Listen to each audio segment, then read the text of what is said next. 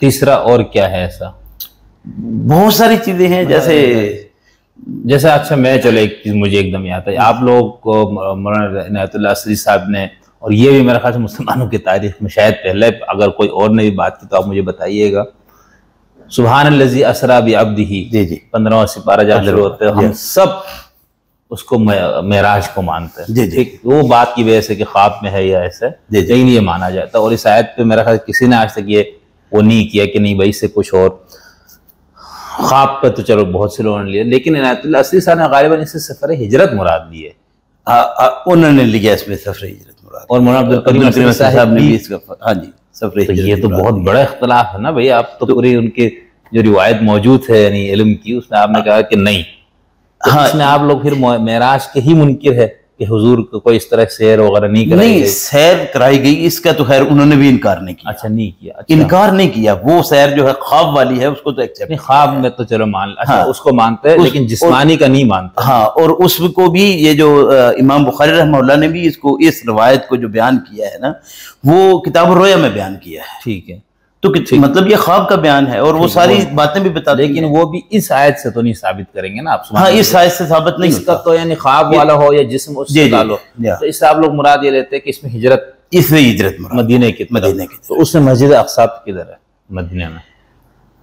یہ میں ابھی نہیں، خیر چلے اس کو تو میں نے پڑھا تھا، بہت اچھا انہوں نے انداز سے مسجد کا معنی یہ جو کیا وہ اقصی، پھر اچھا یہ ویسے عام طور پر ترجموں میں نا مسجد اقصی کو اس میں علم کے طور پر لیا جاتا ہے کہ مسجد اقصی، مولانا عنایت اللہ اصری صاحب نے اس کو دور والی مسجد کر دیا نا، تو وہ اس میں علم رہا نہیں، ٹھیک ہے نا، درست ایک اقصی کو انہوں نے، یعنی اب جب ہم مسجد اقصی ہوتا ہے ہمارے ذہن ادھر ہی جا رہا ہوتا ہے، درست، حالانکہ اس میں بھی بڑے مسئلے ہیں بھائی، درست۔ اچھا یہ عبدالسلام بٹوی صاحب اہل حدیث عالم جن کا انتقال ہو، بڑے عالم آدمی تھے، ان کی تفسیر ہے، تو میں نے ان کی تفسیر میں جب ترجمہ پڑھا تو میں چونک گیا، تو انہوں نے اس کا ترجمہ مسجد اقصی کو اس میں علم نہیں رکھا، انہوں نے وہی ترجمہ کیا کہ دور والی مسجد، یہ بہت تبدیل ہو جاتا ہے۔ اب اس کا ٹھیک ہے، وہ دور والی مسجد سے انہوں نے مراد تو وہی لیا بیت المقدس کو، لیکن جب آپ نے علم، اس میں علم کو صفت میں تبدیل کر کے بیان کر دیا تو پھر گنجائش نہیں، دور والی مسجد ٹھیک ہے، ضروری نہیں کہ یہی ہو، دوسری بھی، اور شیعہ روایات میں تو باقاعدہ کوفہ کی مسجد ان کا بھی ذکر آتا ہے۔ خیر تو یہ بھی میرے خیال سے، اور اچھا چلے تیسرا میں آپ سے پوچھتا ہوں، حدیث کی دینی حجیت کو آپ لوگ مانتے ہیں کہ آپ لوگ دین کو، کہ دین کیا ہے آپ مجھے بتانا چاہتے ہو، یہ اللہ کا حکم ہے، یہ اسلام ہے، تو وہ بتانے کے لیے کیا حدیث کی دینی حجیت کو مانتے ہیں آپ لوگ؟ پہلی بات تو یہ ہے کہ حدیث کیا ہے، حدیث رسول کا قول فعل عمل، اور یہ بات جو ہے یہ بھی ایک معروف بات ہے، جی جی، ورنہ حقیقت تو یہ نہیں ہے۔ اچھا کیا ہے؟ حدیث تو بات کو کہتے ہیں،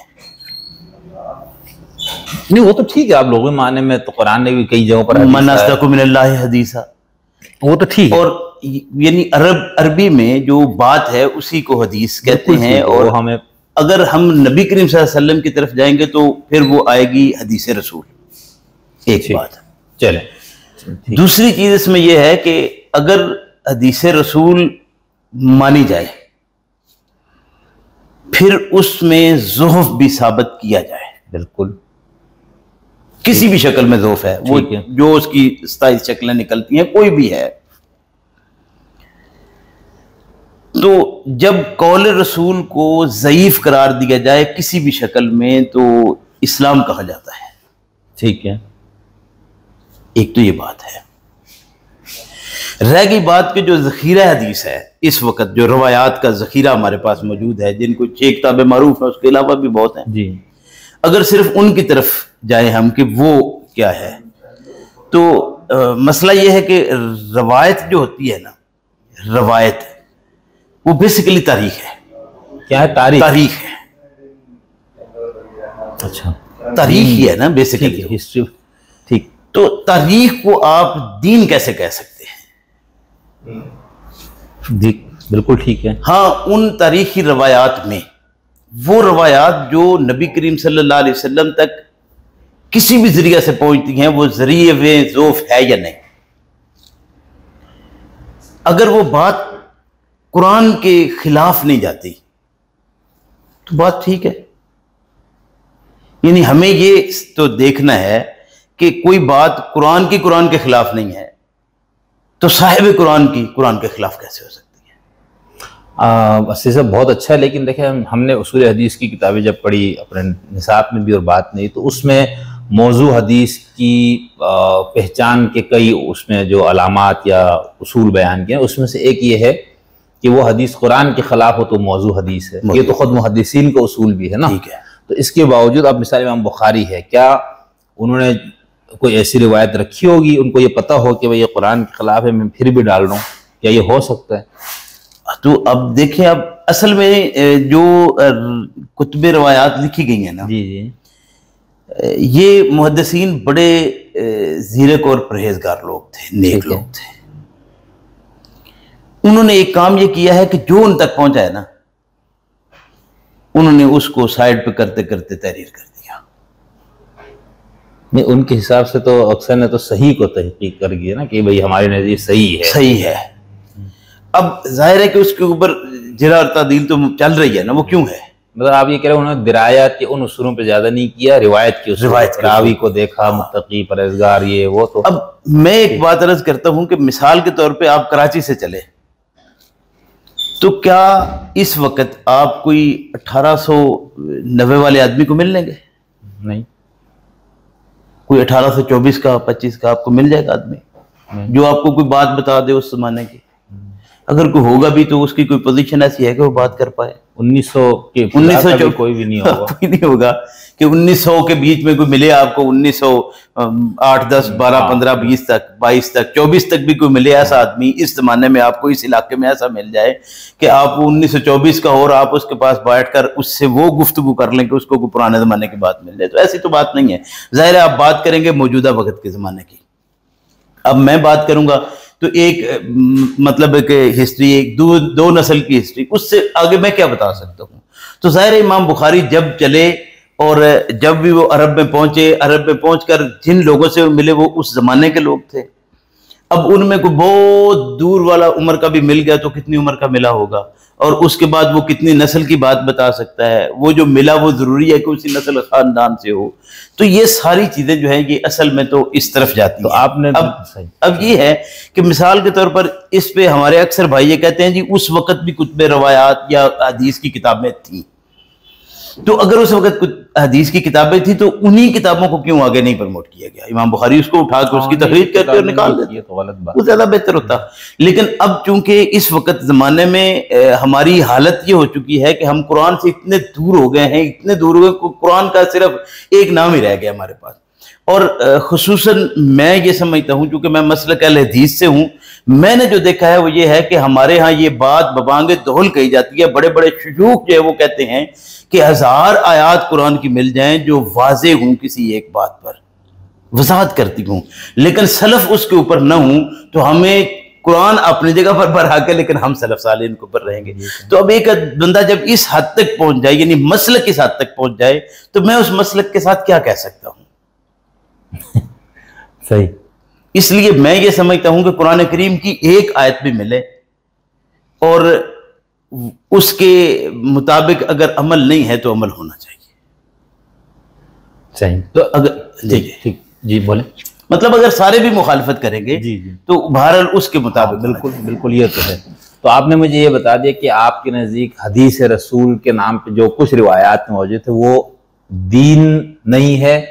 اگر وہ قرآن کے مطابق ہے تو ہم اس کو لے لیں گے، ٹھیک ہے، لے لیں گے. یعنی کسی آیت کی توضیح تشریح میں عام حکم کو خاص کرنے، خاص کو عام کرنے، اس طرح کے لیے آپ حدیثوں کو سہارا نہ لیں. جہاں ضرورت ہے ظاہر ہے مطلب صحیح. جیسے ہمارے اہل قرآن یا جو لوگ حدیث کی حجت کے منکر ہے نا، علامہ پرویز صاحب کا گروپ ہے اور چکڑالی صاحب کا یہ اہل قرآن، عرب دنیا میں اب کچھ لوگ ہیں جو کہتے ہیں ہم قرآنیون ہیں. وہ تو یہ کہتے ہیں بھائی دیکھو ہم حدیث قرآن کے مطابق ہے نہیں، یہ تو بات کی بات ہے نا. وہ کہتے ہیں ہم دین کیا ہے کا جواب یہ کہ قرآن میں ہے.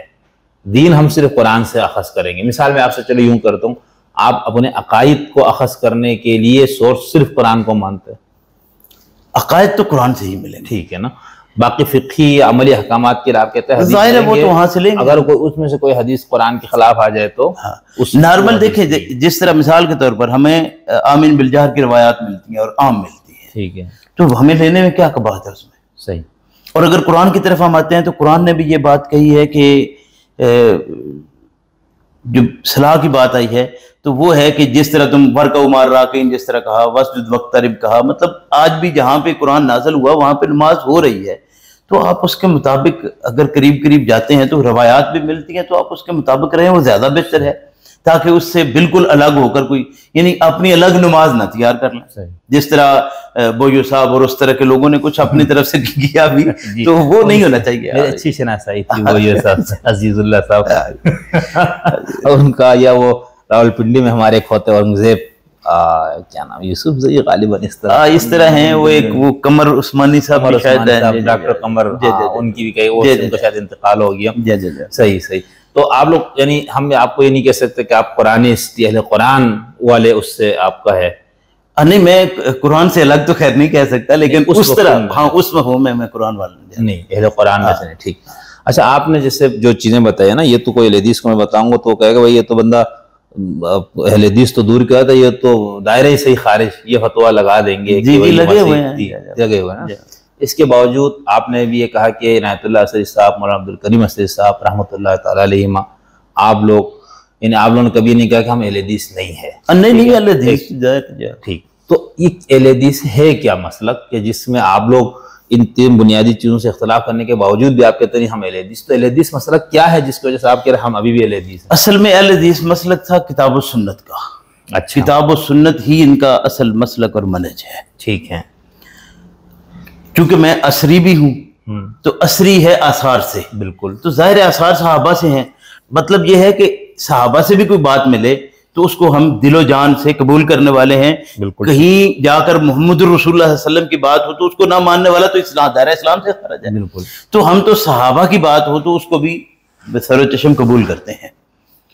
تو یہی وجہ ہے کہ ہمیں اس سے کوئی اختلاف نہیں ہے، تو ظاہر ہے وہ ہمیں روایات سے چیزیں ملیں گی، یعنی ان احادیث سے جن کو کتب احادیث کہا جاتا ہے، تو ان سے ہم انکار نہیں کرتے، نہ ان کا کوئی انحراف کرتے ہیں۔ بس وہی ایک بات ہے کہ حدیث جو ہے وہ قرآن کے مطابق، اور قرآن نے بھی ایک بات کہی ہے کہ ان جاءکم فاسق بنبأ فتبینوا۔ اب بیان کس کو کرنا ہے؟